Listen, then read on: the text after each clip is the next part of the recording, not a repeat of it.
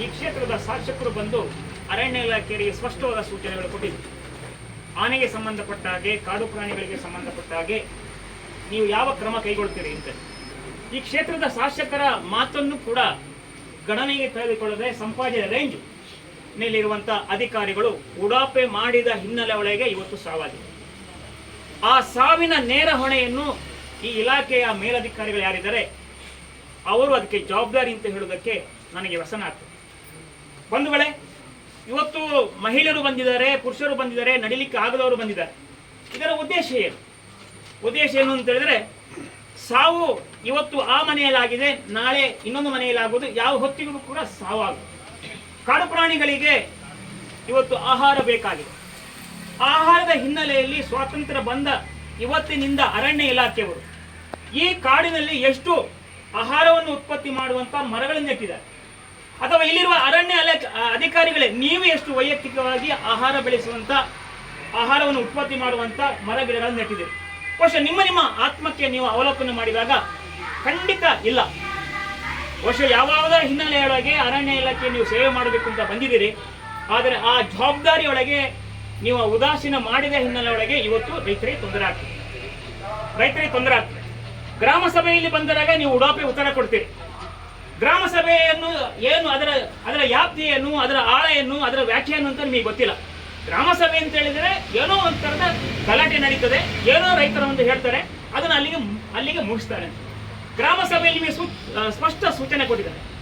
ಈ ವ್ಯಾಪ್ತಿಯಲ್ಲಿ ಇರುವಂತಹ ಮಂಗಗಳ ಹಾವಳಿ ಇರ್ಬೋದು, ನವಿಲ ಹಾವಳಿ ಇರ್ಬೋದು, ಅದಕ್ಕಿಂತ ಬಲವಾದ ಅಂತ ನಷ್ಟವನ್ನು ಉಂಟು ಮಾಡುವಂತ ಆನೆಗಳ ಹಾವಳಿ ಇರುವುದು, ಇದನ್ನು ತಡೆಗಟ್ಟುವುದಕ್ಕೆ ಮುಂಜಾಗ್ರತಾ ಕ್ರಮ ನೀವೇನು ಮಾಡ್ತೀರಿ ಅಂತ ಹೇಳಿದ್ರೆ ನಿಮ್ಮ ಹತ್ರ ಉತ್ತರ ಇಲ್ಲ. ನೀವು ಹೇಳ್ತೀರಿ ನಾವು ಬಿಟ್ಟು ಹೋಗ್ತೇವೆ ಅಂತ. ಬಿಟ್ಟು ಹೋದ್ರೆ ಯಾಕೆ ಈ ಸಾವಾಗಿದೆ? ಬಹುಶಃ ಇವತ್ತು ಕೂಡ ನಿಮ್ಮ ಬ್ರಿಟಿಷ್ ಕಾನೂನು ನಮ್ಮ ಅರಣ್ಯದೊಳಗಿದೆ. ಯಾವಾಗ ಬ್ರಿಟಿಷರು ಬಂದು ನಮ್ಮ ಅರಣ್ಯವನ್ನು ವಾಣಿಜ್ಯಕರಣ ಮಾಡಲಿಕ್ಕೆ ಯಾವಾಗ ಇಷ್ಟಪಟ್ಟರು, ಅವತ್ತಿನಿಂದ ಇವತ್ತಿನ ತನಕ ನಮ್ಮ ಅರಣ್ಯ ಅಧಿಕಾರಿಗಳು ತೇಗ ಮತ್ತು ವಾಣಿಜ್ಯ ಉದ್ಯಮಕ್ಕೆ ಬೇಕಾದ ಮರಗಳನ್ನು ನೆಡ್ತಿದೆ ಹೊರತು ಆಹಾರ ಉತ್ಪಾದನೆ ಮಾಡುವಂತ ಮರಗಳನ್ನು ನೆಡುತ್ತಾನೇ ಇಲ್ಲ. ಬಹುಶಃ ಈ ಹಿನ್ನೆಲೆಯಿಂದ ಇವತ್ತು ಕಾಡಿನಲ್ಲಿರುವ ಪ್ರಾಣಿಗಳು ಇವತ್ತು ನಾಡಿಗೆ ಬರ್ತವೆ. ಇದನ್ನು ನೀವು ಆಲೋಚನೆ ಮಾಡಿಕೊಳ್ಬೇಕು. ನಮ್ಮ ವಂಶರು, ನಮ್ಮ ಪೂರ್ವಜರು ಬಹುಶಃ ಜ್ಞಾನದ ಶಿಸ್ತಿನಿಂದ ಮರ, ನೀರು, ಭೂಮಿ, ಪರಿಸರವನ್ನು ನಾವು ದೈವೀಕರಿಸಿ ಅದನ್ನು ಆರಾಧಿಸಿಕೊಂಡು ಬಂದಿದೆ. ಆ ಹಿನ್ನೆಲೆಯಲ್ಲಿ ಇವತ್ತು ಮಡಿಕೇರಿ ಅಥವಾ ವಿರಾಜಪೇಟೆಯಲ್ಲಿ ಸುಮಾರು 1200ಕ್ಕಿಂತ ಜಾಸ್ತಿ ಇವತ್ತು ದೇವರ ಕಾಡಿದೆ. ಇದನ್ನು ನಮ್ಮ ಹಿರಿಯರು ಬಳಸಿದ್ರು. ಆ ಹಿರಿಯರು ಬಳಸಿದ ದೇವರ ಕಾಡನ್ನು ಉಳಿಸಿದರೆ ಅರಣ್ಯ ಇವತ್ತು ಇನ್ನಷ್ಟು ಬೆಳೀತದೆ. ಅದು ಬಿಟ್ಟು ದಬ್ಬಡಕದಲ್ಲಿ ಹೋಗುವ, ಪಾಪದ ಮನೆಗೆ ಹೋಗುವ ರಸ್ತೆಗೆ ನೀವು ಆಕ್ಷೇಪ ಮಾಡ್ತೀರಿ. ನೀವು ಪಾಪದ ಮನೆಗೆ ಹೋಗುವಕ್ಕೆ ಕರೆಂಟಿಗೆ ನೀವು ಆಕ್ಷೇಪ ಮಾಡ್ತೀರಿ. ಆ ನೈಸರ್ಗಿಕ ಬರುವಂತ ನೀರನ್ನು ಉಪಯೋಗಿಸಿಕೊಳ್ಳೋದಕ್ಕೆ ನೀವು ಆಕ್ಷೇಪ ಮಾಡ್ತೀರಿ. ಬಹುಶಃ ನಿಮ್ಮ ಮನೆಗೆ ಕರೆಂಟ್ ಇಲ್ವಾ? ನಿಮ್ಮ ಮನೆಗೆ ರಸ್ತೆ ಇಲ್ವಾ? ನಿಮ್ಮ ಮನೆಗೆ ಕುಡಿಯುವ ನೀರು ಇಲ್ವಾ? ಜನಸಾಮಾನ್ಯರ ಬಗ್ಗೆ ನಿಮಗೆ ಯಾಕೆ ಕಾಳಜಿ ಇಲ್ಲ? ನೀವು ಹೇಳಿ. ಇವತ್ತು ನವಿಲುಗಳು ಹಿಂಡು ಬರ್ತದೆ, ಏನು ನಿಮ್ಮಲ್ಲಿ ಕ್ರಮ ಇದೆ? ಮಂಗಗಳು ಇವತ್ತು ಬಂದು ಮಡಿಕೇರಿ ನಗರದಲ್ಲಿ ಸೇರಿದೆ, ನಿಮ್ಮಲ್ಲಿ ಏನು ಕ್ರಮ ಇದೆ? ಮಾತಾಡಿದರೆ ನಿಮ್ಮಲ್ಲಿ ಎಷ್ಟು ತೆಂಗಿನಕಾಯಿ ನಷ್ಟ ಆಗಿದೆ, ಎಷ್ಟು ಬೊಂಡದ ನಷ್ಟ ಆಗಿದೆ, ತನ್ನಿ ನಮ್ಮ ಅರಣ್ಯ ಇಲಾಖೆ ತನ್ನಿ, ಅಥವಾ ಪಟ ಕಳಿಸಿಕೊಡಿ, ನಾವು ಮುಂದೆ ಕ್ರಮಕ್ಕೆ ಬರೀತೇವೆ ಅಂತ. ಏನು ಕ್ರಮಕ್ಕೆ ಬರೀತೀರಿ? ಇವತ್ತು ತೆಂಗಿನಕಾಯಿಗೆ 100 ರೂಪಾಯಿ ಆಗಿದೆ. ಅದರ ಹಿಂದೆ ರೈತರಿಗೆ ತೆಂಗಿನಕಾಯಿ ಕಡಿಮೆ ಆಗಿದೆ. ಅದರ ಹಿಂದೆ ಫಾರೆಸ್ಟ್ ಇಲಾಖೆಯ ಅಧಿಕಾರಿಗಳು ಕಾರಣ ಇದ್ದಾರೆ. ಇವತ್ತು ಒಬ್ಬ ರೈತ ಕೃಷಿ ಮಾಡಿ ಬದುಕಬೇಕು ಅಂತ ಹೇಳಿದ್ರೆ ಈ ಅರಣ್ಯ ಪರಿಸರದಲ್ಲಿ ಕಾಡು ಪ್ರಾಣಿಗಳ ಎಷ್ಟು ಹಾವಳಿ ಇದೆ ಅಷ್ಟೇ ತಂಟೆ ತಾಕರಾದ ಅರಣ್ಯ ಇಲಾಖೆಯವರಿದೆ. ನಿಮಗೆ ನೈತಿಕತೆ ಅಧ್ಯಯನ ಮಾಡುವುದಿಲ್ಲ. ಇವತ್ತು ನಿಮ್ಮ ಕಾನೂನು ವಿಚಾರದೊಳಗೆ ನಿಮಗೆ ಯಾವುದೇ ಕಾರಣಕ್ಕೂ ಮಾನವೀಯತೆ ಇಲ್ಲ. ಮಾಡಿದ ರಸ್ತೆಗೆ ಮರು ಡಾಮರೀಕರಣ ಮಾಡೋದಕ್ಕೆ ನಿಮ್ಮದೇ ಆಕ್ಷೇಪ. ಇಲ್ಲ, ಅವರಿಂದ ಹೋಗಬೇಕು, ಅದು ನೀವು ಆನ್ಲೈನ್ ಮಾಡಬೇಕು. ಆನ್ಲೈನ್ ಇತ್ತು, ರಸ್ತೆ ಇರುವಾಗ ಆನ್ಲೈನ್ ಇರಲಿಲ್ಲ. ನಿಮ್ಮ ಹತ್ರ ಮಾನವೀಯತೆ ಇದ್ದರೆ ಇರುವ ರಸ್ತೆಗೆ ಮಾಡುವುದಕ್ಕೆ ಏನು ಆನ್ಲೈನ್ ಬೇಕು? ಹೊಸ ರಸ್ತೆಗೆ ಒಪ್ಪಿಕೊಳ್ಳುವ ನಾವು ಆನ್ಲೈನ್ ಬೇಕು ಅಂತ, ಅಥವಾ ಹೊಸ ಸೇತುವೆ ಮಾಡುವುದಕ್ಕೆ ಆನ್ಲೈನ್ನಲ್ಲಿ ಅಪ್ಲೈ ಮಾಡಬೇಕು ಅಂತ ಒಪ್ಪಿಕೊಳ್ಬಹುದು. ಇದನ್ನು ಯಾವುದನ್ನು ಇಲ್ಲದೆ ಬ್ರಿಟಿಷ್ ಕಾಲದಲ್ಲಿ ಇರುವಂತಹ ಕಾನೂನೊಳಗೆ ನೀವು ಇವತ್ತು ಕೆಲಸ ಮಾಡುವುದಾದರೆ ಈ ರಾಜ್ಯ ಸರ್ಕಾರದಲ್ಲಿ ಅಥವಾ ಈ ಕೊಡಗಲ್ಲಿ ಇದರ ಅರ್ಥ, ಇದರ ಉದ್ದೇಶ ಏನು? ಬಹುಶಃ ನೀವು ಇದನ್ನೆಲ್ಲ ಮರೆತ ಹಿನ್ನೆಲೆಯೊಳಗೆ ಇವತ್ತು ಆನೆ ಒಬ್ಬ ರೈತರ ಜೀವ ತಿಂದಿದೆ. ಬಹುಶಃ ಇದು ಈ ತಿಂಗಳಲ್ಲಿ ನನಗೆ ಗೊತ್ತಿದ್ದಾಗ 7 ಕಡೆ ಆನೆ ದಾಳಿಯಾಗಿದೆ. ಕೊಡಗಿನಲ್ಲಿ ಈ ತಿಂಗಳಲ್ಲಿ 7 ಕಡೆ ದಾಳಿಯಾಗಿದೆ. ಇವತ್ತು ಸಾಮಾನ್ಯ ಗೋಪಾಯಣ ಶಾಸಕರಾಗಿದ್ದಾಗ 15 ಲಕ್ಷ ಪರಿಹಾರ ಕೊಡ್ತಿದ್ರು. ಇವತ್ತು 20 ಲಕ್ಷ ಕೊಡ್ತಾರೆ ಅಂತ ಹೇಳಿದರೆ ನಮಗೆ ಗೊತ್ತಿಲ್ಲ 20 ಲಕ್ಷ ಬಂದಿದೆ ಅಂತ. ಇಲ್ಲಿ ಪರಿಹಾರ ಮುಖ್ಯ ಅಲ್ಲ, ಹೋದ ಜೀವ ಮತ್ತೆ ಬರ್ತದ, ಇದನ್ನು ನೀವು ಆಲೋಚನೆ ಮಾಡಿ. ನಾನು ನಿಮ್ಮಲ್ಲಿ ಇನ್ನೊಂದು ಕೇಳುವಂಥದ್ದು, ರಸ್ತೆ ಊರಿಗೆಲ್ಲ ಕರೆಂಟ್ ಆಗಿದೆ, ದಬ್ಬಡಕಲ್ಲಿ 4 ಮನೆ ಕರೆಂಟ್ ಆಗಲಿಲ್ಲ, ಯಾಕೆ ನೀವು ಆಕ್ಷೇಪ ಮಾಡ್ತೀರಿ? 22 ಮನೆ ಕರೆಂಟ್ ಆಗಲಿಲ್ಲ, 27 ಮನೆ ಯಾಕೆ ಆಕ್ಷೇಪ ಮಾಡ್ತೀರಿ? ಆಲೋಚನೆ ಮಾಡಿ, ನೀವು ಆಲೋಚನೆ ಮಾಡಿ. ನಿಮಗೆ ಮಾನವತೆ ಇದ್ರೆ ನೀವು ಆಲೋಚನೆ ಮಾಡಿ. ಎಲ್ಲಾ ಕಡೆ ಕುಡಿಯೋ ನೀರಿದೆ, ಅಲ್ಲಿಗೆ ಕುಡಿಯೋ ನೀರು ಮಾಡೋದಕ್ಕೆ ಆಕ್ಷೇಪ ಮಾಡ್ತೀರಿ, ಯಾಕೆ ಆಕ್ಷೇಪ ಮಾಡ್ತೀರಿ? ರಸ್ತೆ ಮಾಡೋದಕ್ಕೆ, ಚರಂಡಿ ಮಾಡೋದಕ್ಕೆ ಬಿಡುದಿಲ್ಲ. ಒಂದು ವೆಹಿಕಲ್ ಹೋದ್ರೆ ಇನ್ನೊಂದು ವೆಹಿಕಲ್ ಗುಂಡಿಗಿಳಿಸಬೇಕು, ಅಥವಾ ಪಕ್ಕಕ್ಕೆ ಹೋಗ್ಬೇಕು, ಅಥವಾ ಚರಂಡಿಗೆ ಬಿಡಬೇಕು. ಇದು ಯಾವ ಕಾನೂನಿನ ಧೋರಣೆ? ಇದು ಯಾವ ಕಾನೂನಿನ ಧೋರಣೆ? ಇದನ್ನೆಲ್ಲ ಸರಿ ಮಾಡುವ ಹಿನ್ನೆಲೆ ಒಳಗೆ ನೀವು ಪ್ರಾಮಾಣಿಕವಾಗಿ ಮನುಷ್ಯ ಮೆಚ್ಚುವ ಕೆಲಸ ಮಾಡುವುದು ಅಲ್ಲದ್ರೂ ಕೂಡ ದೇವರು ಮೆಚ್ಚುವ ಕೆಲಸ ನೀವು ಮಾಡಿ. ಮೊದಲನೇದಾಗಿ ನಾನು ಕೇಳ್ತಾ ಇರುವಂಥದ್ದು, ಈ ವೈಜ್ಞಾನಿಕ ಪದ್ಧತಿಯಲ್ಲಿ ನೀವೇನು ಆನೆಗೆ ಸಂಬಂಧಪಟ್ಟ ಹಾಗೆ ಆನೆ ಹಾವಳಿ ತಡೆಯುವಂಥ ಕೆಲವು ಇದನ್ನು ರೈಲ್ವೆ ಗೇಟ್ ಇರ್ಬೋದು, ಅಥವಾ ಕಾಂಪೌಂಡ್ ಇರ್ಬೋದು, ಅಥವಾ ಯಾವುದನ್ನು ಮಾಡ್ತೀರಾ, ಅವೆಲ್ಲವೂ ಕೂಡ ಕೆಲವು ಭಾಗದಲ್ಲಿ ಮಾಡಿದ್ದೀರಾ, ಕೆಲವು ಕಡೆ ಮಾಡಲಿಲ್ಲ. ಆ ಮಾಡಿದಲ್ಲಿ ಕೂಡ ಮತ್ತೆ ಮುಂದಿನ ವರ್ಷಕ್ಕೆ ಅದನ್ನು ನಿರ್ವಹಣೆ ಮಾಡಲಿಲ್ಲ. ವಿಶೇಷವಾಗಿ ಕಲ್ಯಾಣ ಭಾಗದಲ್ಲಿ ಆನೆ ಇದನ್ನು ಸುರಂಗವನ್ನು ತೆಗೆದಿದ್ರು ಕೂಡ ಮತ್ತೆ ಒಂದೇ ವರ್ಷದಲ್ಲಿ ಅಲ್ಲಿಗೆ ಮಣ್ಣು ತುಂಬಿ ಮತ್ತೆ ಅದರಲ್ಲಿ ಆನೆ ಬರುವಂಥ ಪರಿಸ್ಥಿತಿ ಆಗಿದೆ. ಹೀಗಾಗಿ ಕೆಲಸ ಮಾಡುವುದು ಮಾತ್ರ ಅಲ್ಲ, ಅದರೊಟ್ಟಿಗೆ ಅದನ್ನು ನಿರ್ವಹಣೆ ಮಾಡುವಂಥದ್ದು ಕೂಡ ಬಹಳ ದೊಡ್ಡ ಜವಾಬ್ದಾರಿ ಆಗಿರ್ತದೆ. ಈ ನಿಟ್ಟಿನಲ್ಲಿ ಬಹುಶಃ ಇವತ್ತು ನಾವು ಬರೀ ಆನೆ ಹಾವಳಿಗೆ ಸಂಬಂಧಪಟ್ಟಂತೆಲ್ಲ, ಇಡೀ ಅರಣ್ಯ ಇಲಾಖೆಯಿಂದ ನಮ್ಮ ಜನ ಸಾಮಾನ್ಯರಿಗೆ ಆಗ್ತಿರುವ ತೊಂದರೆ ಬಗ್ಗೆ, ಜನರಲ್ಲಿ ಅವರ ಮನಸ್ಸಲ್ಲಿ ಇರುವಂಥ ಏನು ನೋವಿದೆ, ದುಃಖ ಇದೆ, ಏನು ಸಿಟ್ಟು ಸೆಡವು ಏನಿದೆ, ಅವೆಲ್ಲವನ್ನು ಅಭಿವ್ಯಕ್ತಿ ಮಾಡಲಿಕ್ಕೆ ಒಂದು ಅವಕಾಶ ಸಿಕ್ಕಿದ ಹಿನ್ನೆಲೆಯಲ್ಲಿ ಇಷ್ಟೊಂದು ಜನ ಅವರು ವಾಲಂಟ್ರಿಯಾಗಿ ಇಲ್ಲಿ ಬಂದಿರುವಂಥದ್ದು. ಬಹುಶಃ ಎಲ್ಲರಿಗೂ ಕೂಡ ಆನೆ ಬರುವಾಗ, ಆನೆ ಬರ್ತದೆ ಅಥವಾ ಯಾವುದೇ ತೊಂದರೆ ಆಗ್ತದೆ ಅಂತ ಹೇಳುವಾಗ ನಿಮಗೆ ಅರಣ್ಯ ಇಲಾಖೆ ಅಧಿಕಾರಿಗಳಿಗೆ ತಿಳಿಸುವಂಥ ಅತ್ಯಂತ ಅಗತ್ಯವಾಗಿರುವಂಥ ನೆಟ್ವರ್ಕ್ ವ್ಯವಸ್ಥೆ ನಿಮ್ಮಲ್ಲಿಲ್ಲ. ವಿಶೇಷವಾಗಿ ನಾವು ಒಂದು ಫೋನ್ ಮಾಡಿ ಎಲ್ಲಾದರೂ ಫಾರೆಸ್ಟ್ ಆಫೀಸಿಗೆ ತಿಳಿಸು ಅಂತ ಹೇಳಿದರೆ ಇಲ್ಲಿ ಫೋನ್ ಸೌಲಭ್ಯ ಇಲ್ಲ. ಇಲ್ಲಿಗೆ ಫೋನ್ ಮಾಡುವಾಗಿದ್ದರೆ ಇಲ್ಲಿ ನೆಟ್ವರ್ಕ್ ಇಲ್ಲ ಅಂತ ಹೇಳ್ತಾರೆ. ಯಾವುದೇ ವ್ಯವಸ್ಥೆ ಇದ್ರೂ ಕೂಡ ನಾವು ಕೆಳವರ್ಗದ ಅಧಿಕಾರಿಗಳ ಮೂಲಕವೇ ಹೋಗಬೇಕು ಹೊರತು ಇಲ್ಲಿಗೆ ತಿಳಿಸುವಂಥ ವ್ಯವಸ್ಥೆಗೆ ಇನ್ನೂ ಅವಕಾಶವೇ ಕಲ್ಪಿಸಿಕೊಂಡಿಲ್ಲ. ಇಷ್ಟೆಲ್ಲ ಇದ್ದುಕೊಂಡು ಅದನ್ನೇ ಮಾಡದ ಮೇಲೆ ಅದೊಂದು ಮೂಲಭೂತ ಹಕ್ಕು, ಮೂಲಭೂತ ಕರ್ತವ್ಯ, ಸೌಕರ್ಯ ಜನರಿಗೆ ಅದನ್ನು ನೀವು ಜನರಿಗೆ ಲಭ್ಯವಾಗುವ ನಿಟ್ಟಿನಲ್ಲಿ ಏನು ವ್ಯವಸ್ಥೆ ಮಾಡಬೇಕಾಗಿದ್ದು ಅದು ಇಲಾಖೆ ಮಾಡುವಂಥದ್ದು. ನಾವು ಕೃಷಿ ಆಧಾರಿತವಾಗಿಯೇ ನಮ್ಮ ಜೀವನವನ್ನು ನಡೆಸಿಕೊಂಡು ಬರುವಂಥದ್ದು. ಕಾಲಕ್ಕೆ ಅನುಗುಣವಾಗಿ ನಾವು ಕೃಷಿಯನ್ನು ಬದಲಾವಣೆ ಕೂಡ ಮಾಡಿಕೊಂಡು ಬಂದೆವು. ಮೊದಲಿಗೆ ಏನು ಗದ್ದೆಯ ಪರಿಸರ ಇತ್ತು, ಆ ಗದ್ದೆಯ ಪರಿಸರ ಹೋಗಿ ಅಡಿಕೆ ತೋಟ ಆಯಿತು. ಅಡಿಕೆ ತೋಟಕ್ಕೂ ಹಳದಿ ರೋಗ ಬಂದು ಯಾವುದೇ ರೀತಿಯಾದಂತಹ ಇನ್ಕಮ್ ಇಲ್ಲದ ಪರಿಸ್ಥಿತಿಗೆ ಬರುವಾಗ ನಮ್ಮನ್ನು ಕೈ ಬಿಡದೆ ಕಾಪಾಡಿಕೊಂಡು ಬಂದದ್ದು ಅಂತ ಹೇಳಿದ್ರೆ ಕೊಕ್ಕ, ತೆಂಗು, ರಬ್ಬರ್, ಈ 3 ಕೃಷಿ ಆಧಾರಿತವಾಗಿ ನಮ್ಮ 3 ಗ್ರಾಮದವರು ಕೂಡ ನಾವು ಜೀವನವನ್ನು ನಡೆಸಿಕೊಂಡು ಬರ್ತಾ ಇದ್ದೇವೆ. ಈ 3 ಕೃಷಿಗಳಿಗೂ ಕೂಡ ಬೇರೆ ಬೇರೆ ರೀತಿಯಲ್ಲಿ ಕಾಡು ಪ್ರಾಣಿಗಳ ಹಾವಳಿ ಇದೆ. ನಾವು ದಿನನಿತ್ಯದ ಖರ್ಚು ವೆಚ್ಚಗಳಿಗೆ ನಾವು ಪ್ರತಿಯೊಬ್ಬ ಕೃಷಿಕ ಕೂಡ ಕೊಕ್ಕವನ್ನೇ ಆಧರಿಸಿಕೊಂಡಿರುವಂಥದ್ದು. ವಾರಕ್ಕೆ 10 kg ಕೊಕ್ಕ ಬಂದರೂ ಕೂಡ 4 ಜನ ಫ್ಯಾಮಿಲಿ ಇರುವಂತಹ ಒಂದು ಫ್ಯಾಮಿಲಿಯನ್ನು ಚಂದದಲ್ಲಿ ಆ ವಾರದಲ್ಲಿ ಒಂದು 3 ಹೊತ್ತು ಊಟ ಮಾಡುವಂತಹ ವ್ಯವಸ್ಥೆ. ಆದರೆ ಆ ಕೊಕ್ಕಕ್ಕೆ ಮಂಗದ ಹಾವಳಿ ಏನಿದ್ರು ಕೊಕ್ಕ ಏನು ಇನ್ನೇನು ಫಸಲು ಕೈಗೆ ಬಂತು ಅಂತ ಹೇಳಿ ಆಗುವಾಗ ಮಂಗಗಳು ಬಂದು ನಾವು ಕೊಯ್ಲಿಕ್ಕೆ ಹೋಗ್ಬೇಕು ಅಂತಿಲ್ಲ, ಅದಕ್ಕೆ ಜನ ಬಿಟ್ಟ ಹಾಗೆ ಮಂಗಗಳು ಬಂದು ಅದನ್ನು ತಿಂದು ಹಾಕಿ ಆಯಿತು. ಇನ್ನು ರಬ್ಬರ್ ಕೂಡ, ರಬ್ಬರ್ ಸಣ್ಣ ಗಿಡ ಇರುವಾಗ ಕಡವೆಗಳ ಹಾವಳಿಯಿಂದ ರಬ್ಬರ್ನ ಸಿಪ್ಪೆಯನ್ನು ಅದು ಕೆರೆದು ಬಿಟ್ಟು ತಿಂತದೆ. ಆ ರಬ್ಬರನ್ನು ನಾವು ಒಂದು ರಬ್ಬರ್ ಕ್ರಾಪ್ ಅನ್ನು ನಾವು ಪಡಿಬೇಕು ಅಂತ ಹೇಳಿದ್ರೆ ನೆಟ್ಟು 7 ವರ್ಷ ಅದನ್ನು ಮಕ್ಕಳನ್ನು ಸಾಕಿದ ಹಾಗೆ ನಾವು ಸಾಕಬೇಕಾಗ್ತದೆ. ಆ 7 ವರ್ಷದಲ್ಲಿ ಈ ಕಡವೆಯ ಕಾಟದಿಂದ ಎಷ್ಟು ರಬ್ಬರ್ ಗಿಡ ನಾಶ ಆಗ್ತದೆ ಅಂತ ಹೇಳಲಿಕ್ಕೆ ಆಗೋದಿಲ್ಲ. ಆಮೇಲೆ ನಾವು ಅನುಸರಿಸಿಕೊಂಡು ಬಂದಂಥದ್ದು ನಮ್ಮ ದಿನನಿತ್ಯದ ಆಹಾರ ಪದ್ಧತಿಗೆ ಬೇಕಾದಂತಹ ತೆಂಗು. ಈ ತೆಂಗು ಕೃಷಿ ಅಂತ ಹೇಳಿದ್ರೆ ನಾವು ಮೊನ್ನೆ ನಮ್ಮ ಸಂಪಾಜೆ ಗ್ರಾಮದಲ್ಲಿ ಅರೆಕಲ್ಲಲ್ಲಿ ಒಂದು ಮನೆಯ ಆನೆ ದಾಳಿ ಆಯಿತು. ಆನೆ ದಾಳಿಯಾಗಿ ಅವರೇನು ಫಸಲಿಗೆ ಬರುವಂತಹ 15 ಚಾಳೆಗಳನ್ನು ಅದು ಒತ್ತಾರೆ ಮಾಡಿ ಹೋಗಿದೆ. ಅಲ್ಲಿ ನಾವು ಫೋನ್ ಮಾಡಿ ಹೇಳುವಾಗ ಎಲ್ಲಿ ಏನು ಯಾವಾಗ ಈ ರೀತಿಯ ಉಡಾಫೆಯ ಮಾತುಗಳು ಬೀಟಿಗೆ ಹೋದ್ರೆ ಅದು ಅವರಿಗೇನೆ ಗೊತ್ತಾಗಿರ್ಬೇಕು. ನಾವು ಹೇಳುವಷ್ಟಕ್ಕೆ ಕಾಯುವುದು ಬೇಡ ಯಾರು ಕೂಡ. ನಾವು ಫೋನ್ ಮಾಡಿ ಹೇಳಿ ಆಗುವಾಗ ಎಲ್ಲಿ ಯಾರು ಅವರು ಬರಲೇ ಇಲ್ಲ, ಈ ರೀತಿಯ ಮಾತು ಬಂತು. ನಂತರ ಅವರನ್ನು ನಾನು ಕಳಿಸಿಕೊಟ್ಟಿದ್ದೇನೆ. ಅವರಿಗೆ ಪರಿಹಾರ ಯಾವ ರೀತಿಯಾಗಿ ಸೂಚನೆ ಆಗಿದೆ ಅಂತೇಳಿ ನನಗೆ ಇನ್ನೂ ಕೂಡ ಗೊತ್ತಾಗ್ಲಿಲ್ಲ. ಯಾಕೆಂತ ಹೇಳಿದ್ರೆ 15 ಚಾಳೆ ಹೋಯ್ತು. ಆಮೇಲೆ ಅವರು ನೆಟ್ಟಂತಹ ಬಾಳೆ ಅಡಿಕೆ ಎಲ್ಲವನ್ನು ಹಾಳು ಮಾಡಿ ಹೋಗಿದೆ ಅದು. ಹಾಗೆ ಕಲ್ಯಾಣದಲ್ಲಿ ಕೂಡ ಇಲ್ಲಿ ನಮ್ಮ 2 ಉಪಗ್ರಾಮಗಳಲ್ಲಿಯೂ ಕೂಡ ಸಂಜೆ 6 ಗಂಟೆಯಿಂದ ಮತ್ತೆ ಹೋಗಿ ಬರಲಿಕ್ಕೆ ಹೆದರಿಕೆ ಉಂಟು, ಹೋಗಿ ಬರುವಂತಹ ಪರಿಸ್ಥಿತಿ.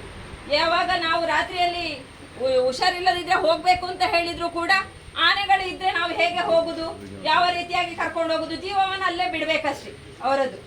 ಈ ರೀತಿಯಾದಂಥದ್ದು. ಇನ್ನು ನಮ್ಮ ಗ್ರಾಮದ ಅಭಿವೃದ್ಧಿಗೆ ಬೇಕಾದ ಹಾಗೆ ಮೂಲಭೂತ ಸೌಕರ್ಯಗಳು ಪ್ರತಿಯೊಂದು ಮನೆಗೂ ಕೂಡ ಬೇಕಾಗ್ತದೆ. ಕರೆಂಟ್ ಬೇಕು, ನೀರು ಬೇಕು, ರೋಡಿನ ವ್ಯವಸ್ಥೆ ಬೇಕು. ಇದು ಎಲ್ಲದಕ್ಕೂ ನಾವು ನಮ್ಮ 3 ಗ್ರಾಮಗಳಲ್ಲಿಯೂ ಕೂಡ ಅರಣ್ಯವನ್ನು ದಾಟಿಕೊಂಡು ಮನೆ ಇರುವಂಥದ್ದು ಸಹಜ. ಆದ್ರೆ ಆ ಮನೆಗಳಿಗೆ ರೋಡಿನ ವ್ಯವಸ್ಥೆ ಮಾಡುವ ಅಂತ ಹೇಳಿದ್ರೆ ನಾವು ಪರ್ಮಿಷನ್ ಕೊಡ್ಲಿಕ್ಕೆ ಆಗುದಿಲ್ಲ ಅಂತ. ನಾವು ಪರ್ಮಿಷನ್ ಕೊಡ್ಲಿಕ್ಕೆ ಆಗುದಿಲ್ಲ ಅಂತ ಹೇಳಿದ್ರೆ ನಾವು ಮತ್ತೆ ಯಾರನ್ನು ಕೇಳಬೇಕಾದ್ದು? ನಾವೇ ಮಾಡಿಕೊಂಡು ಹೋಗ್ಲಿಕ್ಕೆ ಅವಕಾಶ ಮಾಡಿಕೊಡಿ ಅಂತ ಹೇಳಿದ್ರೆ ಅದಕ್ಕೂ ಅವಕಾಶ ಮಾಡಿಕೊಡುದಿಲ್ಲ. ನಾನು 2 ನಮ್ಮಲ್ಲಿ ಇರುವಂತಹ 2 ಕಲ್ಯಾಣ ರೋಡ್ ಆಗಿರ್ಬೋದು, ಅರೆಕಲ್ ರೋಡ್ ಆಗಿರ್ಬೋದು, ಕಲ್ಯಾಣದಲ್ಲಿ ಪುನಃ ಆಚೆ ಇರುವಂತಹ ಮನೆಗಳಿರುವಂತಹ ರೋಡಿನ ವ್ಯವಸ್ಥೆ ಆಗಿರ್ಬೋದು, ಅವರನ್ನು ಅಲ್ಲೇ ಚಂದದಲ್ಲಿ ಕೂತ್ಕೊಳ್ಳಿಕ್ಕೆ ಬಿಟ್ಟಿದೆ. ನಾವೇನು ಎಬ್ಬಿಸ್ಲಿಲ್ಲ ಅಂತ ಹೇಳುವಂತಹ ಉಡಾಫೆಯ ಮಾತು. ನನಗೆ ಅದು ಮಾತ್ರ ತುಂಬಾ ನೋವಾಗಿ ಹೋಯ್ತು. ಅವರಿಗೆ ಅವರು ಸಾಗುವಳಿ ಚೀಟಿಯಲ್ಲಿ ಆ ಲ್ಯಾಂಡ್ ಅನ್ನು ಪಡ್ಕೊಂಡೇ ಅಲ್ಲಿ ಅವರು ಜೀವನ ಮಾಡ್ತಾ ಇರುವಂತದ್ದು. 80 ವರ್ಷಗಳ ಹಿಂದಿನಿಂದಲೇ ಅವರ ಅಜ್ಜನ ಕಾಲದಿಂದಲೇ ಅಲ್ಲಿ ಆ ಏರಿಯಾದಲ್ಲಿ ಜೀವನ ಮಾಡಿಕೊಂಡಿರುವಂತದ್ದು. ಆ 80 ವರ್ಷದ ಹಿಂದೆ ಅವರು ಹೇಗಿದ್ರು ಹಾಗೇ ಇರಬೇಕು ಅಂತ ಹೇಳುವಂಥದ್ದು ಅದು ವಿಷಾದನೀಯ. ಹಾಗೆ ಅವರು ಕೂಡ ನಮ್ಮ ಸಮಾಜದ ಒಬ್ಬ ನಾಗರಿಕ ವ್ಯಕ್ತಿಯಾಗಿ ಬದುಕಬೇಕು ಅಂತ ಹೇಳಿದ್ರೆ ಅವನ ಮನೆಗೂ ಕೂಡ ರೋಡಿನ ಸಂಪರ್ಕ, ನೀರಿನ ಸಂಪರ್ಕ, ವಿದ್ಯುತ್ ಸಂಪರ್ಕ ಆಗ್ಲೇಬೇಕು. ಭಾರತ್ ಮಾತಾ ಕಿ ರೈತರ ಗೋಳಿಗೆ ಸ್ಪಂದಿಸದ ರಾಜ್ಯ ಸರ್ಕಾರಕ್ಕೆ, ರೈತರ ಗೋಳಿಗೆ ಸ್ಪಂದಿಸದ ರಾಜ್ಯ ಸರ್ಕಾರಕ್ಕೆ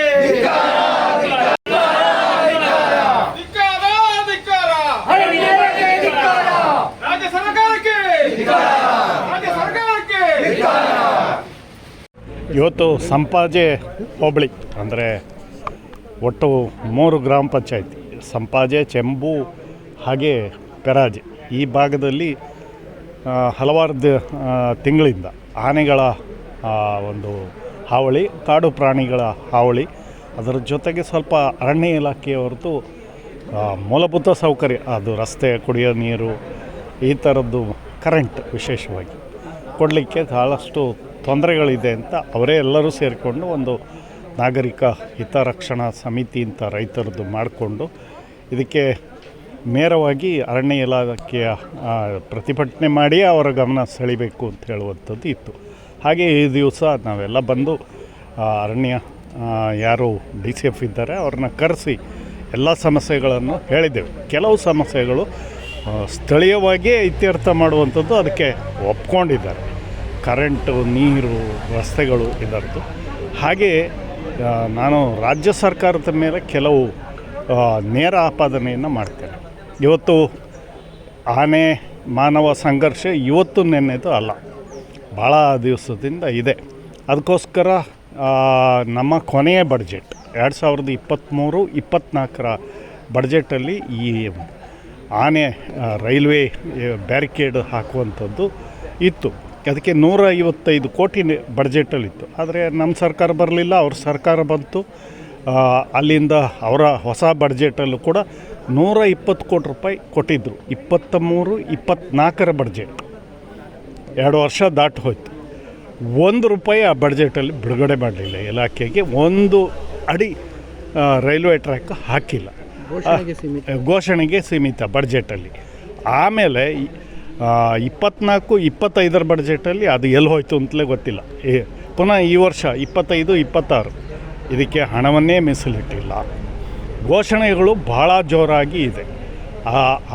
ಈ ರೀತಿ ಆದ್ದರಿಂದ ಸಮಸ್ಯೆಗಳು. ಮತ್ತು ಭಾಳಷ್ಟು ಇಲ್ಲಿ ಏನು ಹಿಂದೆ ಆಗಿದೆ, ಸೋಲಾರ್ ಫೆನ್ಸ್ ಇರ್ಬೋದು, ಆಮೇಲೆ ಟ್ರೆಂಚ್ ತೆಗೆದಿದ್ದಿರ್ಬೋದು, ರೈಲ್ವೆ ಬ್ಯಾರಿಕೇಡ್ ಇರ್ಬೋದು, ಅದನ್ನು ಮೇಂಟೆನೆನ್ಸ್ ಮಾಡಬೇಕಲ್ಲ. ಮತ್ತು ಭಾಳ ಕಡೆ ಈ ಟ್ರೆಂಚ್ ತೆಗೆದಲ್ಲಿ ಬಂಡೆಗಳಿದ್ದಲ್ಲಿ ಬ್ಲಾಸ್ಟೇ ಮಾಡಿಲ್ಲ. ಇವರಿಗೆ ಅಲ್ಲಿ ಪರ್ಮಿಷನ್ ಕೊಡೋಲ್ಲ ಅಂತ ಒಂದೇ. ಇವರು ಪ್ರಯತ್ನ ಪಟ್ಟರೆ ಯಾಕೆ ಕೊಡೋಲ್ಲ? ಅದು ಕರ್ನಾಟಕ ಸರ್ಕಾರದ ಅಧೀನದಲ್ಲೇ ಬರ್ತದೆ. ಅದು ಒಂದು ಈ ರೀತಿ ನೆಗ್ಲಿಜೆನ್ಸ್ ಅಂತ ಆಗಿದೆ. ಇನ್ನೊಂದು ಅವರು ಭಾಳ ಹೇಳುವಂಥದ್ದು, ಎಲ್ಲೇ ಒಂದು ಡೆತ್ ಆದಾಗ ಆನೆ ಹಿಡಿಲಿಕ್ಕೆ ಮಾಡಲಿಕ್ಕೆ ಕೇಂದ್ರದ ಮೇಲೆ ಗೂಬೆ ಕೂರಿಸೋದು. ಏನು ವೈಲ್ಡ್ ಲೈಫ್ ಪ್ರೊಟೆಕ್ಷನ್ ಆ್ಯಕ್ಟ್ ಅಥವಾ ವನ್ಯಜೀವಿ ಸಂರಕ್ಷಣಾ ಕಾಯ್ದೆ 1972 ಸೆಕ್ಷನ್ 11ರಲ್ಲಿ ವೆರಿ ಕ್ಲಿಯರ್, ಯಾರು ವೈಲ್ಡ್ ಲೈಫ್ ವಾರ್ಡನ್ ಅಂತ ಮಾಡಲಿಕ್ಕೆ ಅಧಿಕಾರ ಇದೆ ಅವರೇ ಪರ್ಮಿಷನ್ ಕೊಡುವಂಥದ್ದು. ಬೇಟೆ ಅದನ್ನು ಮಾಡಿ ಸಾಯಿಸಲಿಕ್ಕೆಯೂ ಅನುಮತಿ ಕೊಡಲಿಕ್ಕೆ ಅಧಿಕಾರ ಇದೆ, ಶಿಫ್ಟ್ ಮಾಡೋಕ್ಕೆ ಅಧಿಕಾರ ಇದೆ. ಇದು ಎಲ್ಲವನ್ನೂ ಅವ್ರದ್ದು ಅಧಿಕಾರ, ಬೇಡಿಕೆ ಇದ್ದರೂ ಮಾಡೋದಿಲ್ಲ. ಎಲ್ಲವೂ ಕೇಂದ್ರದ ಮೇಲೆ ಗೂಬೆ ಕೂರಿಸೋದು. ಅದಕ್ಕೆ ನೆನ್ನೆಯೂ ಕೂಡ ನೀವು ನೋಡಿದ್ರಿ, ಈ ಏನು ಮೆಟ್ರೋ ರೈಲ್ವೆ ಅವತ್ತು ರೇಟ್ ಜಾಸ್ತಿ ಮಾಡಿದ್ರು. ಆಗ ನಮಗೆ ಸಂಬಂಧನೇ ಇಲ್ಲ, ಅದು ಕೇಂದ್ರ ಸರ್ಕಾರ ಎಲ್ಲ ತೀರ್ಮಾನ ಮಾಡೋದು.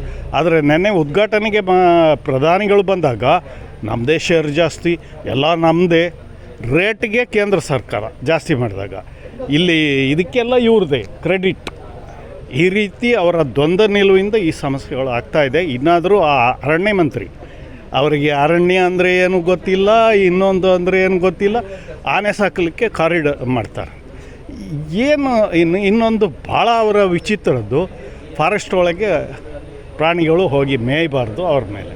ಅದಕ್ಕೆ ಉಲ್ಟಾ ಏನು ಆದರೆ ಅವ್ರದ್ದೆಲ್ಲ ಬಂದು ಇಲ್ಲಿ ಏನು ಮಾಡಿದ್ರು, ಆ ವನ್ಯಜೀವಿ ಸದಸ್ಯರನ್ನ ಮಂತ್ರಿ ಮೇಲೆ ಕೇಸ್ ಹಾಕಬೇಕಲ್ಲ, ಹೀ ಈಸ್ ದ ಕಸ್ಟೋಡಿಯನ್, ಅವ್ರ ಮೇಲೆ ಕೇಸ್ ಹಾಕಬೇಕು.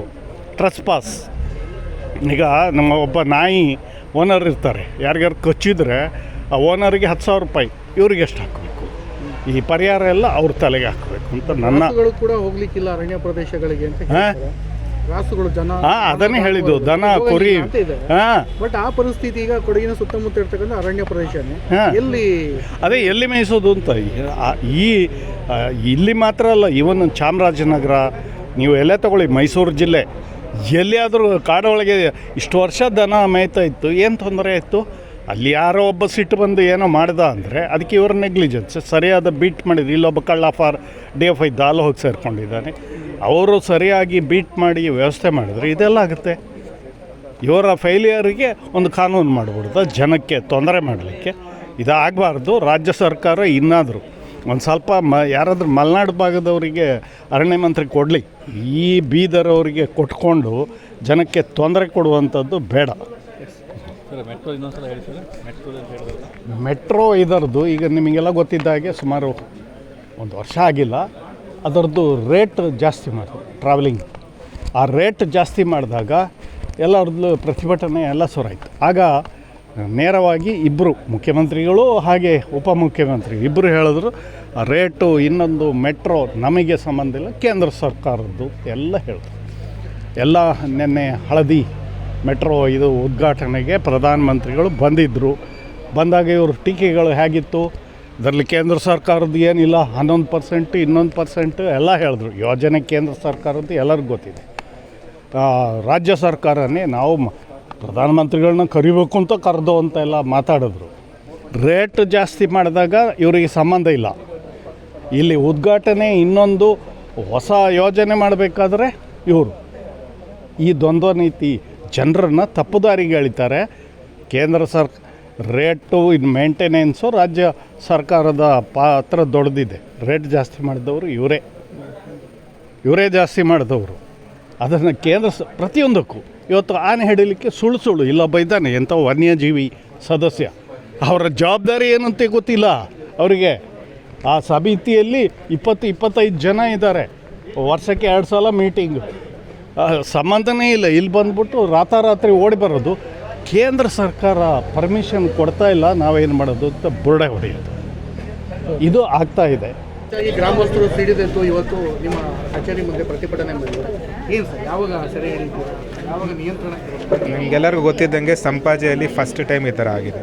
ಇಲ್ಲಿ ಆನೆ ಸಮಸ್ಯೆ ಬೇರೆ ಕಡೆ ಇದ್ದಷ್ಟು ಜಾಸ್ತಿ ಇಲ್ಲ. ಅದೊಂದು ದಿವಸ ಅದೊಂದು ಆಕ್ಸಿಡೆಂಟ್ ಥರ ಆಗಿದೆ. ಆದರೆ ಅದಾದಮೇಲೆ ಕೂಡ ಅದಕ್ಕಿಂತ ಮುಂಚೆನೂ ಸಹ ಅರಣ್ಯ ಇಲಾಖೆ ಎಚ್ಚೆತ್ತು ಕೆಲಸ ಮಾಡ್ತಿದೆ. ನಮ್ಮ ಕಡೆಯಿಂದ ಏನು ಮಾಡಿದ್ದಾರೆ, ಎಲ್ಲ ಕಡೆಯಿಂದ ದುಬಾರಿಯಿಂದ ಸ್ಪೆಷಲ್ ಟೀಮ್ ಬಂದಿದೆ, ಟ್ರ್ಯಾಕರ್ಸ್ ಬಂದಿದ್ದಾರೆ, ಅವರೆಲ್ಲ ಟ್ರ್ಯಾಕ್ ಮಾಡ್ತಿದ್ದಾರೆ ಎಲ್ಲೆಲ್ಲಿ ಆನೆ ಓಡಾಡ್ತಿದೆ, ಎಲ್ಲೆಲ್ಲಿ ಇದಾಗಿದೆ ಅಂತ ಹೇಳಿಬಿಟ್ಟು. ಅದ್ರ ಜೊತೆಗೆ ಎಲ್ಲ ಕಡೆ ಕ್ಯಾಮ್ರಾಗಳು ಕೂಡ ಅಳವಡಿಸಿದ್ದೀವಿ. ಕ್ಯಾಮ್ರಾಗಳಿಂದ ಬರೋ ಡೇಟಾ ಪ್ಲಸ್ ಆನೆಗಳ ಮೂವ್ಮೆಂಟು, ಅದರ GPS ಲೊಕೇಶನ್ ಎಲ್ಲದನ್ನು ಟ್ರ್ಯಾಕ್ ಮಾಡ್ತಾ ಇದ್ದೀವಿ. ಒಂದ್ಸಲಿ ಕೆಲವು ಆನೆಗಳು ಟ್ರ್ಯಾಕ್ ಕೂಡ ಆಗಿದೆ, ಒಂದು ಸಿಂಗಲ್ ಆನೆನೂ ಟ್ರ್ಯಾಕ್ ಆಗಿದೆ, ಒಂದು 2 ಆನೆ ಗುಂಪಲ್ಲಿರೋದು ಟ್ರ್ಯಾಕ್ ಆಗಿದೆ. ಇದರದ್ದು ಪ್ರೆಸೆಂಟ್ ಇವಾಗ ಆನೆನ ಸ್ವಲ್ಪ ದೂರ ಓಡಿಸಿದ್ದೀವಿ, ಇದ್ರ ಹತ್ರ ಯಾವುದೋ ಬಂದಿಲ್ಲ. ಲಾಸ್ಟ್ ನೆನ್ನೆ ಕೂಡ ಯಾವುದೇ ಇದರಲ್ಲಿ ಯಾವುದೇ ಸಮಸ್ಯೆ ಆಗಿಲ್ಲ. ಯಾವ ಏರಿಯಲ್ಲೂ ಯಾವುದೇ ಒಂದು ತೋಟಗಳಿಗೆ ಆಗಿ ಯಾವುದೇ ಆನೆ ಇಳಿದಿಲ್ಲ. ಸೊ ಅದು ತುಂಬ ಗಸ್ತದೂ ತುಂಬ ಜಾಸ್ತಿ ತಿರುಗ್ತಾ ಇದ್ದಾವೆ. ಇವುಗಳ ಮಧ್ಯೆ ಸಹ ನಾವು ಅದನ್ನು ಹಿಡೀಲಿಕ್ಕೆ ಕೂಡ ನಮಗೆ ಅನುಮತಿ ಇವತ್ತು ಸಿಗುತ್ತೆ. ಹಿಡಿಯೋಕ್ಕೆ ಸಿಕ್ಕಾದ್ಮೇಲೆ ಸಹ ಇಲ್ಲಿ ನಮ್ಮದು ಲ್ಯಾಂಡ್ಸ್ಕೇಪ್ ತುಂಬ ಟಫ್ ಇದೆ. ಅದ್ರ ಜೊತೆಗೆ ಇಲ್ಲಿ ಸ್ಲೋಪ್ ಜಾಸ್ತಿ ಇರೋದ್ರಿಂದ ಪ್ಲ್ಯಾನಿಂಗ್ ನೀಟಾಗಿ ಮಾಡಬೇಕಾಗುತ್ತೆ. ಪ್ಲ್ಯಾನಿಂಗ್ ಮಾಡಿ ನಾವು ಅದನ್ನು ಸಮತಟ್ಟಾದ ಪ್ರದೇಶಕ್ಕೆ ಆನೆಗಳನ್ನ ಕರ್ಕೊಂಬಂದು ಅದಾದಮೇಲೆ ನಾವು ಅದನ್ನು ಹಿಡಿಯೋದು ಅಥವಾ ರೇಡಿಯೋ ಕಾಲರಿಂಗ್ ಮಾಡುವಂಥ ಒಂದು ಕೆಲಸ ನಾವು ಮಾಡ್ತೀವಿ. ಆಲ್ರೆಡಿ ಇವಾಗ ಇದ್ದಾರೆ, ಟೀಮ್ಸ್ ಓಡಾಡ್ತಿದೆ, ಎಲ್ಲ ಕಡೆ ಅದನ್ನು ಟ್ರ್ಯಾಕಿಂಗ್ ನಡೀತಾ ಇದೆ. ಕಾರ್ಯಾಚರಣೆ ಆಲ್ರೆಡಿ ಆರಂಭವಾಗಿದೆ. ಅದನ್ನು ಇವಾಗ ನಾವು ಬರ್ತಾ ಇರೋ ಡೇಟಾ ಮೇಲೆ ಡಿಪೆಂಡ್ ಆಗಿ ಇಲ್ಲಿ ಸಾಕಾನೆ ತೊಗೊಂಡು ಹೋಗ್ಲಿಕ್ಕೂ ಪ್ರಾಬ್ಲಮ್ ಏನು ಅಂತ ಹೇಳಿದ್ರೆ ನೀವೇ ನೋಡಿದ್ದೀರಾ. ಸೊ ಅದನ್ನು ನಡೆಸ್ಕೊಂಡು ತುಂಬ ಒಂದು 8-9 ಕಿಲೋಮೀಟ್ರ್ ಹೋಗಬೇಕಾಗುತ್ತೆ. ಅದನ್ನೆಲ್ಲ ಪ್ಲ್ಯಾನ್ ಮಾಡ್ತಾಯಿದ್ರೆ ಆನೆನೇ ಕೆಳಗಡೆ ಸ್ವಲ್ಪ ಸಮತಟ್ಟಾದ ಪ್ರದೇಶಕ್ಕೆ ತೊಗೊಂಬಂದು ಆಮೇಲೆ ನಾವು ಸಾಕಾನೆಯಿಂದ ಅದನ್ನು ಹಿಡಿಯೋದು ಅಥವಾ ಸಾಕಾನೆ ಅಲ್ಲಿ ತೊಗೊಂಡೋಗೋದು ಅನ್ನೋದನ್ನು ಪ್ಲ್ಯಾನಿಂಗ್ ಸ್ಟೇಜಲ್ಲಿದೆ.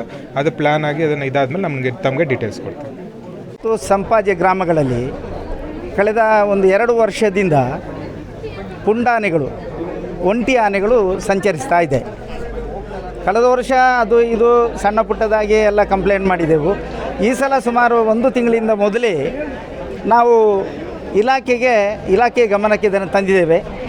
ನಾವು ತಂದುಬಿಟ್ಟು ತಕ್ಷಣ ಅದನ್ನು ಹಿಡಿಯುವ ವ್ಯವಸ್ಥೆ ಮಾಡಬೇಕು, ಇಲ್ಲದಿದ್ದರೆ ಪ್ರಾಣಹಾನಿ ಆಗುವುದು ನಿಶ್ಚಿತ ಅಂತ ಹೇಳುವಂಥ ಒಂದು ಮಾತನ್ನು ಹೇಳಿದೆವು. ಅದನ್ನು DFO ಅವರಿಗೂ ಕೂಡ ಅದನ್ನು ಕೊಟ್ಟಿತ್ತು. ಸನ್ಮಾನ್ಯ ಸಂಸದರ ಮೂಲಕ DFO ಅವರಿಗೆ ಮತ್ತೆ ಕೊಟ್ಟೆವು. ಆದರೂ ಕೂಡ ಆ ಸಂದರ್ಭದಲ್ಲಿ ಏನು ಇದಕ್ಕೆ ಪರ್ಮಿಷನ್ ಇಲ್ಲದೆ ಅದನ್ನು ಹಿಡಿದು ಸಾಗಿಸಲಿಕ್ಕೆ ಆಗುವುದಿಲ್ಲ ಅಂತ ಏನಿತ್ತು, ಅದರಿಂದಾಗಿ ಆನೆಯ ಒಂದು ಓಡಾಟ ಅದು ನಿಲ್ಲಿಲ್ಲ. ಇವರು ಬಂದು ಅದನ್ನು ತಡಿಬೋದಿತ್ತು, ತಡಿಲಿಕ್ಕೂ ಆಗಲಿಲ್ಲ. ಅದರಿಂದಾಗಿ ಒಂದು ಪ್ರಾಣಹಾನಿ ಆಯಿತು. ಇವತ್ತು ಒಂದು ಪ್ರಾಣಹಾನಿಯಾಗಿದೆ, ನಾಳೆ ಮತ್ತೆ ಎಷ್ಟೋ ಜನರ ಪ್ರಾಣಹಾನಿ ಆಗುವಂಥ ಸಂಭವ ಖಂಡಿತ ಇದೆ ಅಂತ ನಮಗೆ ಗಮನಕ್ಕೆ ಬಂತು. ಅದರಿಂದಾಗಿ ನಾವು ಒಂದು ಸಮಿತಿಯನ್ನು ಮಾಡಿಕೊಂಡು ಇದೊಂದು ಹೋರಾಟ ಮಾಡಿ ಆ ಒಂದು ಆನೆಯನ್ನು ಹಿಡಿಯುವ ಪರ್ಮಿಷನ್ ಆಗುವವರೆಗೆ ನಮ್ಮ ಹೋರಾಟವನ್ನು ನಿಲ್ಲಿಸೋದಿಲ್ಲ. ಆನೆಯನ್ನು ಹಿಡಿಬೇಕು ಮತ್ತು ಜನರಿಗೆ ತೊಂದರೆ ಕೊಡುವುದನ್ನು ನಿಲ್ಲಬೇಕು, ತೊಂದರೆ ಕೊಡುವುದು ಇದು ನಮ್ಮ ಇಚ್ಛೆ ಆಗಿತ್ತು. ಆ ನಿಟ್ಟಿನಲ್ಲಿ ಜನರಿಗೆ ಯಾವಾಗ ಪ್ರಾಣಹಾನಿ ಆಯಿತು ಆಗ ಆಕ್ರೋಶ ಬರೋದು ಸಹಜ. ಆ ನಿಟ್ಟಿನಲ್ಲಿ ನಾವು ಈ ಒಂದು ಹೋರಾಟವನ್ನು ಪ್ರಾರಂಭ ಮಾಡಿದೆವು. ಈಗ ಇವತ್ತು ಸಂಜೆ ಒಳಗೆ ಪರ್ಮಿಷನ್ ಕೊಡ್ತೇವೆ ಅಂತ ಹೇಳಿದ್ದಾರೆ. ಮತ್ತು ಆನೆಯನ್ನು ಇನ್ನೊಂದು ಕಡೆ ಯಾವುದೋ ಒಂದು ಲೆವೆಲ್ ಜಾಗಕ್ಕೆ, ಇಲ್ಲಿ ಹಿಡಿಲಿಕ್ಕೆ ಆ ಒಂದು ವ್ಯವಸ್ಥೆ ಸರಿ ಇಲ್ಲ, ಎಲ್ಲ ಗುಡ್ಡಗಾಡು ಪ್ರದೇಶ ಇದೆ. ಆದ ಕಾರಣ ನಾವು ಬೇರೆ ಲೆವೆಲ್ ಜಾಗಕ್ಕೆ ತಗೊಂಡೋಗಿ ಅದನ್ನು ಹಿಡಿದು ಸಾಗಿಸುವಂಥ ಒಂದು ಆಶ್ವಾಸನೆಯನ್ನು ಸನ್ಮಾನ್ಯ DFO ಅವರು ಕೊಟ್ಟಿದ್ದಾರೆ. ನಮ್ಮ ಬೋಪಯ್ಯನವರು ಅದನ್ನು ಪರ್ಮಿಷನ್ನ ಬಗ್ಗೆ ಮೊನ್ನೆ ನಮ್ಮ ಸಂಸದರಿಗೆ ಕೊಟ್ಟು, ಸಂಸದರು ಅಲ್ಲಿಗೆ ವೈಲ್ಡ್ ಲೈಫ್ ವಾರ್ಡನಿಗೆ ಕೂಡ ಫೋನ್ ಮಾಡಿದ್ದಾರೆ. ಇವತ್ತು ಪರ್ಮಿಷನ್ ಬರ್ಬೋದು ಅಂತ ಹೇಳಿದ್ದಾರೆ. ಅದು ಬರದಿದ್ದರೆ ನಮ್ಮ ಈ ಹೋರಾಟ ಮತ್ತೆ ಪ್ರಾರಂಭ ಆಗ್ತದೆ, ನಾವು ಬಿಡೋದಿಲ್ಲ.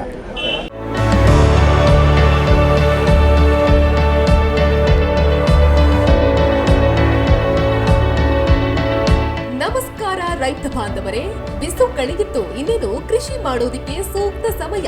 ಹಾಗಾಗಿ ಉತ್ತಮ ಗುಣಮಟ್ಟದ ಗಿಡಗಳಿರುವ ನರ್ಸರಿಯನ್ನ ಹುಡುಕ್ತಾ ಇದ್ದೀರಾ?